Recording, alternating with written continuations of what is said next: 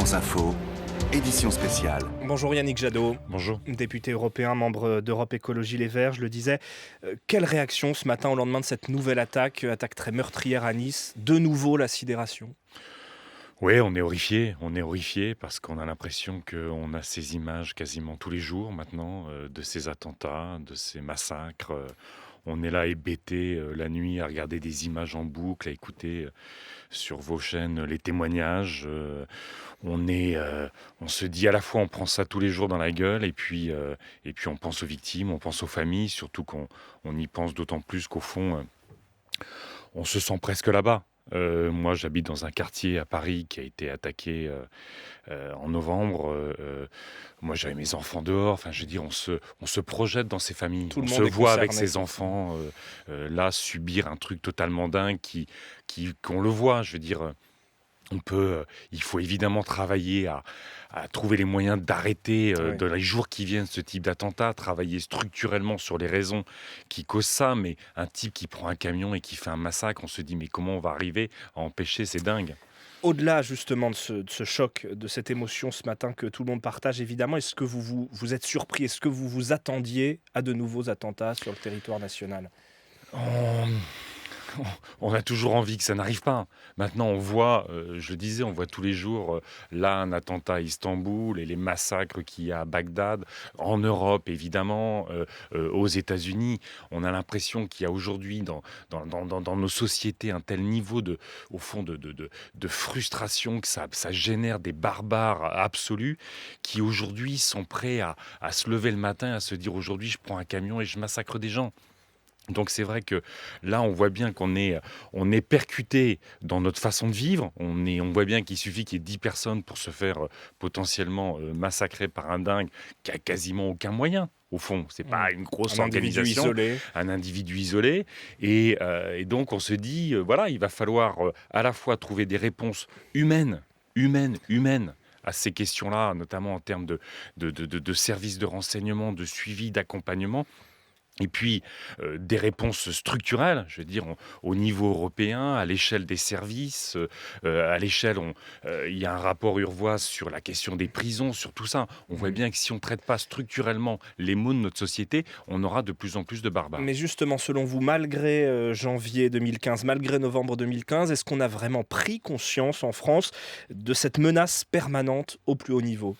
Écoutez, je le crois, je n'imagine pas une seconde qu'il n'y ait pas un policier, un procureur, un ministre, un responsable d'administration qui, depuis 1 an et demi, ne fait pas le maximum pour essayer de compenser toutes les failles qu'il y a dans nos dispositifs. C'est vrai que ce soit les attentats en Belgique, en France, maintenant on a des rapports qui nous disent où sont les failles dans notre dispositif de renseignement, le manque de coordination, que ce soit entre les différents services de police, les différents services de renseignement, à l'échelle française comme à l'échelle européenne, que ce soit tous les dysfonctionnements dans notre système carcéral. Donc on voit bien que là, il y a... Alors est-ce que ça va assez vite dans la réorganisation de ces services ? J'en sais rien, mais ce qui est sûr, c'est que là, chaque personne qui a en charge un petit bout de notre sécurité, à mon avis, aujourd'hui, il est plein temps, 24/24, 7 jours sur 7. Il est aujourd'hui probablement à moitié cramé, parce que ça fait 1 an et demi qu'on lui demande l'impossible, et qu'il va falloir, encore une fois, remettre des ressources humaines. Je veux dire, là, ce type-là, on va voir ce qui est son parcours et tout ça. Est-ce qu'on pouvait l'identifier, est-ce qu'on pouvait ou pas du tout? Mais c'est vrai qu'on a toute une série de personnes qui aujourd'hui sont sur des fichiers qui sont potentiellement dangereuses et on n'a personne pour les suivre, Justement. les enquêter. Justement, vous parliez des failles du renseignement. Les élus locaux, Christian Estrosi notamment, qu'on a déjà entendu il y a quelques minutes sur France Info, posent déjà des questions ce matin. C'est le cas aussi de Georges Fenech, qui a présidé la commission d'enquête parlementaire sur les attentats. Il estime, lui, que cette commission n'a pas été entendue. Ce qui est important, c'est de savoir comment réorganiser notre renseignement pour qu'il soit plus efficace. Nous avons fait des propositions. C'est de savoir qu'est-ce que nous allons faire de ces 13 et quelques mille individus qui sont actuellement fichés et en capacité d'agir, plus les 2000 qui sont actuellement en Syrie et qui vont tôt ou tard revenir en France. Qu'est-ce que l'on fait? Nous avons fait des propositions pour qu'il puisse y avoir des rétentions administratives, des assignations à résidence. On ne nous entend pas. Nous avons plaidé pour qu'il y ait une agence nationale qui coordonne tout le renseignement. Aujourd'hui, il n'y a pas suffisamment de partage de l'information. C'est ce qu'ont fait les États-Unis après le 11 septembre. Monsieur Cazeneuve, qui nous a reçus pour un petit déjeuner cette semaine, nous a dit « c'est pas moi qui ferai cette réforme, ce sera mon successeur ». Donc moi, je veux bien. La représentation nationale a fait son travail, il faut que le gouvernement fasse le sien. Vous entendez là, Yannick Jadot, la pression déjà mise ce matin sur le gouvernement. Quelle réponse maintenant? Une réponse encore plus dure? On a l'impression que tout a été fait, en tout cas que les niveaux, les forces de l'ordre sont poussées à leur niveau maximal, elles sont extrêmement sollicitées depuis des mois. On a un peu de mal à savoir ce qui peut encore être fait aujourd'hui. Je crois qu'il y a, je ne sais pas s'il faut être plus dur, bien sûr, il faut s'organiser pour se mettre en capacité d'empêcher ce type d'attentat. Il faut surtout être plus efficace. Ça, c'est vrai. Est-ce qu'aujourd'hui, dans l'état d'épuisement des forces de police, de l'état de sous-effectif incroyable dans les forces de justice, chez les procureurs, tout ça, est-ce qu'on est en capacité de mener la grande réforme des services de renseignement? Mais ce sont des réformes qui prennent du temps. Mais voilà, Les, je veux dire, les terroristes après, n'attendent pas. vous vous souvenez, quand on était sur l'histoire de la prise d'otage sur l'hypercachère, y compris tous les médias disaient ah bah c'est super, la BERI, le RAID travaillent ensemble et tout ça, c'était quasiment jamais arrivé. Enfin, on a l'impression d'être dans un système totalement hallucinant où on a l'impression d'être dans la guerre des polices où chacun travaille un peu avec ses méthodes dans son coin. Qu'il faille un seul corps d'intervention, qu'il faille recruter de nouveau, encore une fois, dans la justice, dans les prisons, sur le terrain, qu'il faille remettre dans la police, dans la rue. C'est évident. Je veux dire, Nice, qui se voulait un exemple de la vidéosurveillance et au fond où on remplace les hommes par des systèmes informatiques, par des machines, ça ne marche pas non plus. Il faut de la présence humaine. Il faut de la présence humaine. Yannick Jadot, on vous retrouve dans quelques secondes juste après le rappel de l'essentiel. Le rappel des titres ce matin, il est 7h54. Et c'est avec vous Mathilde Munoz. La France de nouveau meurtrie par une attaque terroriste. C'est François Hollande qui a le premier utilisé ce qualificatif. Le président parle de tragédie, de monstruosité. Un homme au volant d'un camion a foncé dans la foule hier soir à Nice. C'était juste après le feu d'artifice du 14 juillet. La promenade des Anglais était noire de monde. Il y avait beaucoup d'enfants. Le bilan est extrêmement lourd. 84 morts, des dizaines de blessés, dont 18 en urgence absolue. Le conducteur du camion a pu rouler pendant 2 km avant d'être abattu par les forces de l'ordre. Pas de revendication, mais les enquêteurs ont une identité grâce à un document retrouvé dans le véhicule. Le suspect était connu des services de police pour des faits de délinquance, mais inconnu des services de renseignement ou de l'antiterrorisme. François Hollande a présidé cette nuit une cellule de crise au ministère de l'Intérieur. Ce matin, il a convoqué un conseil de défense.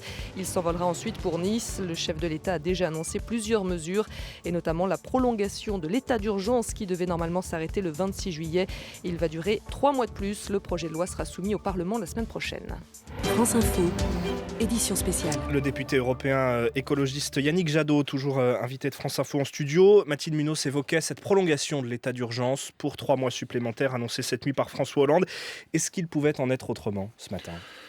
Je crois que politiquement, il ne pouvait pas en être autrement. En même temps, tous ceux qui travaillent à évaluer les résultats de l'état d'urgence ne sont pas particulièrement, si vous voulez, obsédés par l'idée que c'est l'état d'urgence qui va résoudre nos problèmes. Je veux dire, il y a plein de pays qui subissent ce terrorisme et qui n'ont pas fait recours à de telles pratiques. Au fond, et aujourd'hui, il est assez efficace, y compris, on est en état d'urgence et l'attentat a eu lieu. Donc on voit bien que c'est pas forcément l'outil le plus... Moi, ce qui m'intéresse davantage dans les annonces, c'est effectivement l'appel aux réservistes. Parce que, comme le disait le représentant du syndicat de police tout à l'heure chez vous, mettre des petits jeunes à peine formés dans la rue pour potentiellement faire face à ce type d'événement, autant appeler des réservistes. Donc il faut, encore une fois, faut plus de monde, faut plus de femmes et d'hommes pour organiser notre sécurité. Et quand j'entends un certain nombre de responsables politiques qui ont été déjà dans des fonctions ministérielles, le précédent gouvernement qui a supprimé 15 000 postes de police et tout ça. On ne peut pas aujourd'hui dire il faut plus de police, plus de justice, dire c'est extraordinaire ce que fait la sécurité civile, ce que font les services des hôpitaux et tout ça, et en permanence avoir en perspective de programme de réduire de 200 000, 300 000, 1 million le poste de fonctionnaire. Ce qui est sûr pas ce matin, possible. c'est qu'il n'y a pas d'unité nationale. Contrairement à ce qu'on a vu l'année dernière, les critiques fusent déjà. Et pourtant, il en faut. Moi, je suis convaincu que tout le monde, aujourd'hui, est à bloc pour essayer d'empêcher ces attentats. On a des forces de police qui sont épuisées. Je suis convaincu que Cazeneuve, il n'endort pas la nuit de ces histoires-là. Donc, je veux dire, encore une fois, il y a probablement des réformes structurelles à engager. Le fait que les informations circulent mal entre les différents services de renseignement, avec la police, avec la justice, au niveau européen, ce sont des failles extraordinaires. Mais l'enjeu, c'est pas des nouvelles lois. L'enjeu, c'est pas des nouvelles lois, c'est qu'on ait des responsables politiques qui disent on connaît les failles. Le rapport de l'Assemblée en pointe un certain nombre. On connaît les failles. Donc, plutôt que d'être dans les effets d'annonce de nouvelles lois, de machin, essayons d'être efficaces avec les lois qu'on a, parce qu'au fond, elles sont suffisamment répressives. Le problème, c'est que, encore une fois, on perd beaucoup en efficacité. Vous parliez de l'Europe. L'Europe, encore ce matin, se retrouve complètement démunie. Est-ce que ce n'est pas justement à l'Europe de réagir ensemble, de construire notamment une vraie Europe du renseignement où l'on puisse échanger les informations entre pays frontaliers ? J'en rêve quand on dit à quel point sur des menaces comme le terrorisme, il faut plus d'Europe. Mais évidemment, c'est évident. On a vu toutes les défaillances extraordinaires entre la France et la Belgique. Sur Abdeslam, on a vu à quel point, au fond, très peu de services de renseignement nationaux échangent entre eux des informations sérieuses. Parce qu'au fond, ils ont une sorte de culture nationale qui dit oh là là mais je peux pas partager mes contacts, mes machins, tout ça. On a vu à quel point au fond tous les dispositifs européens qui existent sont très peu utilisés par les États. Donc là-dessus, comme sur bien d'autres sujets, il faut plus d'Europe parce que au fond ces types ils vont acheter des armes dans le pays d'à côté, ils circulent en bagnole.